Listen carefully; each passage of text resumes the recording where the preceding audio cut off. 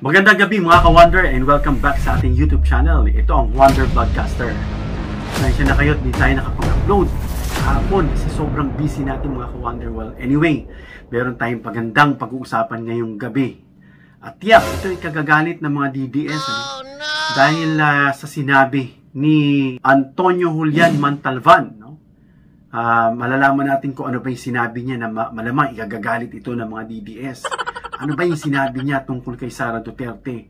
At ito man kung totoo, delikado po ang ating bansa kung siya pa yung maupo sa coming 2028 election.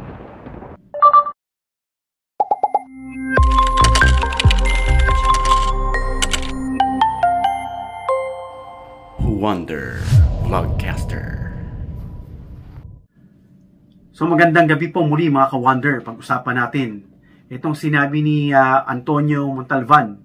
Pero bago yan, bigyan muna natin ng background. Sino ba si Antonio Montalvan? Sabi rito, si Montalvan ay isang Europe-based Filipino social anthropologist and heritage activist. At upon research to dig deeper, siya ay Filipino member ng espionage team. Pag narinig nating espionage, it has something to do with mga spy, For the return of the General Douglas MacArthur to the Philippines, the group helped establish coastal radio relays station in Mindanao, Visayas, and Southern Luzon. Later, he became part of Manila's spy network. So, may sinabi siya. Ano ba yung sinabi niya? Natiyak, ikagagalit nitong mga DDS, Lahat ng uri yan ng DDS, mga patrol man yan, mga supporter man yan, o black man yan, o mga DDS senators, I don't know kung magre-react sila rito. Anyway, sabi niya, Sara Duterte, I believe, is sick of narcissistic personality disorder. Fatality. As others in her family are. Pati raw yung ibang pamilya, ganito rin daw, kagaya niya, na may sinasabing narcissistic disorder. Ano ba yung ibig sabihin yan? That is as much as many viewers have analyzed in her grand meltdown before a live coverage of the House Appropriations Committee hearing last August 27. So ito po'y pinagbasihan kung paano siya nag-manifest, kung paano siya nagre-react, sa mga tanong sa kanya, sa mga interrogations sa Senate, sa Congress, paano siya magsalita sa public, pag nag-i-speech siya, jaws drop massively. She simply collapsed in the weight of her imagined ego. Medyo malalim ito, pero it has something to do with psychological characteristic ni Sara Duterte.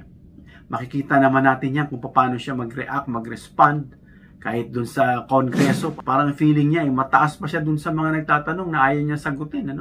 So, anyway, ano ba itong narcissistic disorder?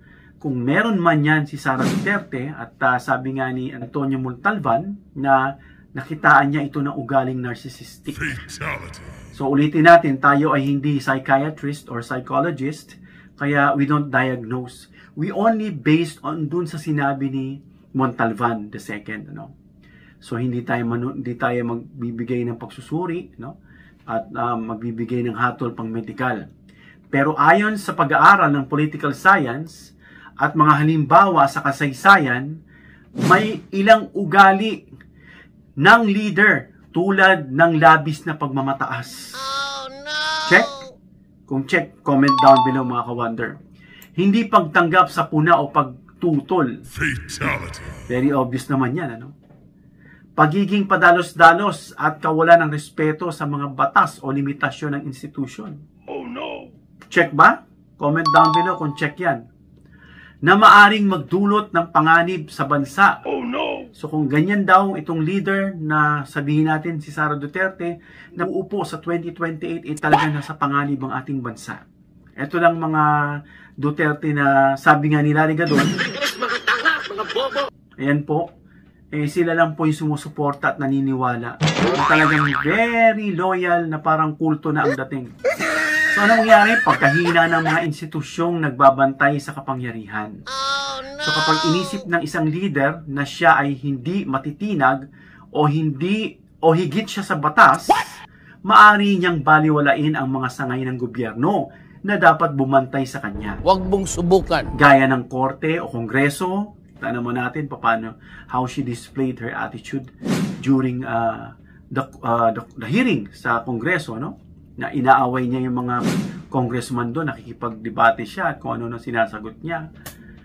At subukan ituon ang kapangyarihan sa sarili niya. Check? Kung check, comment down below mga ka-wonder.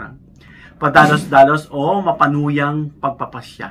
Ang mga leader na madaling magalit, check ba yan?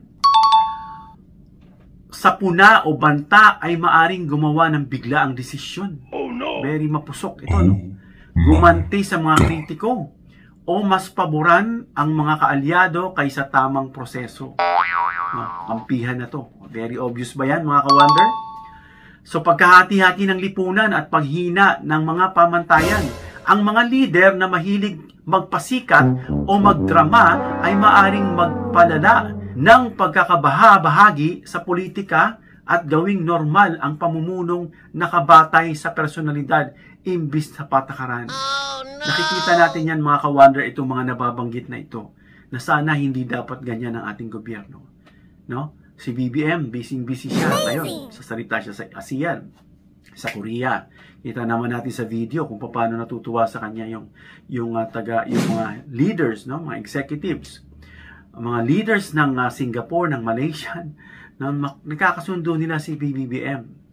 Panganib sa batas at karapatang pantao kapag nasamahan pa ng ugaling authoritarian, yung talagang authoritative. Ibig sabihin, siya yung palagi may authority, kawala ng empatiya, at paghamak sa mga kalaban, maaari nitong ilagay sa panganib ang karapatang pantao at ang maayos na proseso ng batas. Yan po ba lahat ay nakikita nyo kay Sara Duterte? Yan po ba ay nakikita nyo sa isang taong tatakbo sa 2028? Kayo na po ang mag-isip at maghusga. Ipinapakita ng mga pag-aaral sa iba't ibang bansa na ang ganitong mga pattern ng ugali, yung may mga psychological problem, meron silang pattern ng ugali. May mga triggering points yan. Kapag ito ang nangyari, itong ginawa mo, natitrigger sila, may mga certain responses sila dyan. I'm not saying na may psychological problem to si Sara, pero based dun sa sinasabi na may mga ganitong narcissistic na ugali, may mga pattern po yan. So kaya posibleng maging delikado kung ang ugali ng isang leader ay humantong sa tuloy-tuloy na pagsuway sa mga batas at pagbaliwala sa pananagutan. Pansin niyo ba yung pinagsasapak niya yung sheriff? Pinagsusuntok niya, no? Na dahil parang pinatitigil niya yata, if I'm not mistaken, if I can still recall, yung demolition, no? Pero parang itinuloy ng sheriff kasi may utos siya mula sa korte. Pinagsasapak niya. See that violent personality. Yung sabi niya nga lang kay BBM, yung putulin niya, may reaction pa siya. Ganun siya ka voice out, ganun siya ka open na paglabas ng kanyang ugali. How much more kung nakaupo na siya sa pwesto. Ang mga isyong gaya ng banggaan sa investigador at mga kasong impeachment ay bagay na dapat seryosohin at suriin ng publiko at ng mga institusyon. Kaya nga isinusulong nitong mga taong ito na nakakaramdam, na nakakapansin ng ganitong ugali, na hindi dapat paupuin. Itong si Sara Duterte, yan po yung danger na nakikita, na kailangan mapigilan. Ano na makapagpapigil? Impeachment para hindi na siya makaupo sa anumang pwesto. Ano pa isa? Arrest warrant ng ICC. Yan po yung pinagpipilian. So kung yan man ay totoo mga ka-wonder, ayon sa sinabi ni Antonio Montalvan, na columnist nga, isang social anthropologist para sa Vera Files at Rappler, sinabi niya nga na his belief that Vice President Sara Duterte has a narcissistic personality disorder. Disorder po ito ng personality. What? At may dagdag pa si Montalvan sa sinabi niya. Montalvan II has also written that the first thing she needs, ang pinakaunang-unang kailangan daw ni Sara Duterte ay long-term psychotherapy. Pagte-therapy po yun sa kaisipan. Oh, no. And the second is to ban her from public office. So yung mga sumusuporta dyan ng mga mangmang, sabi nga ni Larry Gadon, ayan po, I was once a Duterte supporter, as I told you before. Ngayon, ang nakaupo si PBBM, siya naman ang sinusuportahan natin. So kung sino man yung nakaupo, sinusuportahan natin. Pag may mali, kinakalaban natin, hindi natin susuportahan, hindi natin sususugan. Ganun lang po yun. Hindi po tayo yung mga diehard fanatic, no, na parang puon na ang dating ng isang tao. So sa tingin nyo, mga ka-wonder, sick ba? Sabi niya nga, I believe is sick of a narcissistic personality disorder. Karamdaman po ito, no, sa pag-iisip. Disorder nga eh. So kung isang tao, pauupuin mo sa isang pwesto na may disorder, anong mangyayari? At tapos ikaw mamumuno ka may problem, anong mangyayari sa bansa? So comment down below mga ka-wonder, dito sa komento ni Montalvan II, kung totoo ba na itong si Sara Duterte ay may narcissistic personality disorder. So hanggang dito lang tayo mga ka-wonder. If you like this video, give me a thumbs up para i-promote ni YouTube.